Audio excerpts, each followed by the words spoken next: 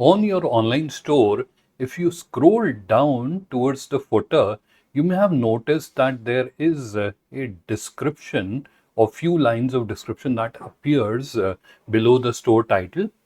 It is called store description. But do you know how to change it or make an update to it? If not, don't worry. In this video, I'm going to walk you through the step-by-step process. So without spending any more of your time, let's begin. Let's get started. As the first step, you have to open the seller panel of your online store.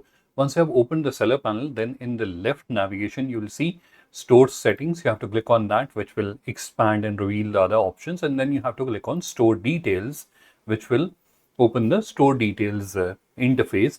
And here you will see the store description. So this is the store description. You can add content to it. You can make changes to it. And once you are done adding the required content here, then click on save, and that will update the store description. Now, it is important that you don't confuse it with meta description. So there is a separate field for meta description. So meta description is not displayed on the front end. The store description that you are adding here is displayed on the front end and in the footer just below the product title.